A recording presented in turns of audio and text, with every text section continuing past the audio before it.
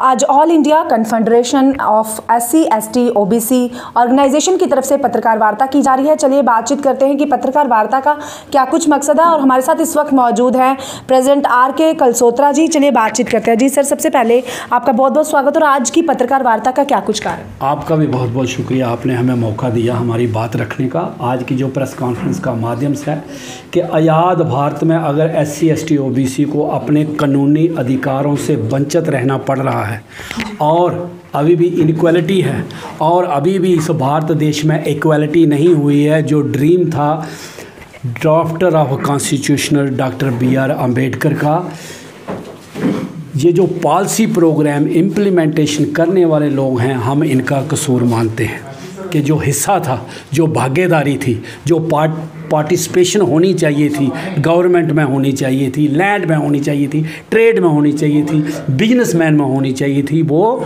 नहीं हुई। क्यों? कि जो इम्प्लीमेंटेशन करने वाले थे उन्होंने इस कानून को जो लिखा गया था इन लोगों के लिए उस तरह का इम्प्लीमेंट नहीं किया। तो क्या लगता है जिन्होंने कॉन्स्टिट्यूशन को बनाया BR अम्बेडकर जी, जो उन्होंने सपना देखा, तो यहाँ पर उनका सपना पूरा नहीं हो रहा? बिल्कुल, सिर्फ बाबा साहब BR अम्बेडकर नहीं, उसके साथ साथ जो कॉन्स्टिट्यूएंट असेंबली के मेंबर थे, कितने महान लोग थे कि उन्होंने जो 5000 साल की इनक्वालिटी थी वो संविधान देके उनके अंदर प्रोविज़न करके SC ST OBC के उनको पूरा का पूरा लागू करके सब जगह पर, not only employment department, government के डिपार्टमेंटों में क्लर्कों की या चपड़ासियों की या सफाई कर्मचारियों की भर्ती के लिए नहीं था, ये लैंड के लिए था, ये ट्रेड के लिए था, ये बिजनेस के लिए ये था। ये हर एक भारत में जितनी भी जहाँ भी भागीदारी हो सकती है इन लोगों की, उसमें उन्होंने इंश्योर की थी, लेकिन ऐसा नहीं हुआ। इसकी ग्लेरिंग एग्जांपल है आज सेंट्रल यूनिवर्सिटी ऑफ जम्मू में ऐसा ही हुआ है और ये प्रूव्ड कर दिया है national commission for backward classes ने। और इसी के और वो national commission backward classes government of India की एक सुप्रीम बॉडी बनाई है उन्होंने, SC ST OBC के अधिकारों की रक्षा करती है। उन्होंने ये एलिगेशन लगाया और प्रूव्ड कर दिया और SC ST कमीशन इसको मोहर लगाने वाला है।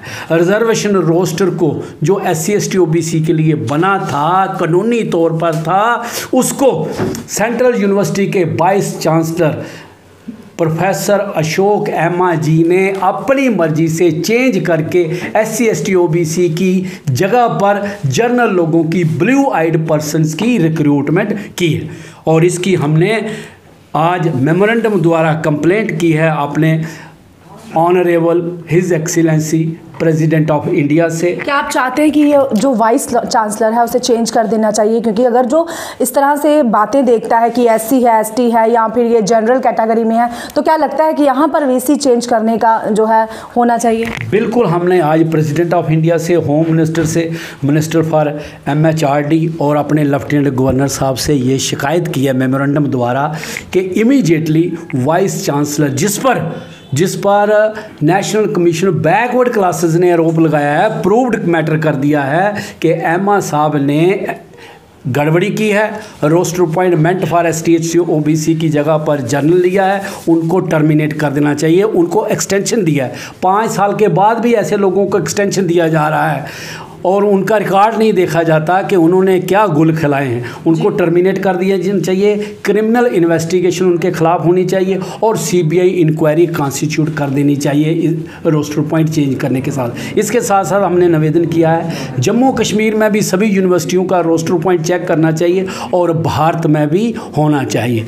इक्वालिटी तभी आएगी जब जिसका जितना हिस्सा बना है कानूनी तौर पर उसका लागू किया जाएगा। जी बहुत बहुत धन्यवाद। तो मैं आपको बता दूं कि आज all India confederation of SC ST OBC organization की तरफ से पत्रकार वार्ता की गई और इसी के प्रेसिडेंट RK कलसोत्रा हमारे साथ मौजूद थे, जिनका कहना है कि SC ST OBC के साथ जो है डिस्क्रिमिनेशन किया जा रहा है। जी हाँ, और इनका कहना है कि उन लोगों को अपॉइंट किया जाना चाहिए जो हमारे हित में कार्य करें। तो आप ऐसे ही अपडेट के लिए जुड़े रहे स्पिरिट न्यूज़ के साथ। वंदना स्पिरिट न्यूज़, नमस्कार।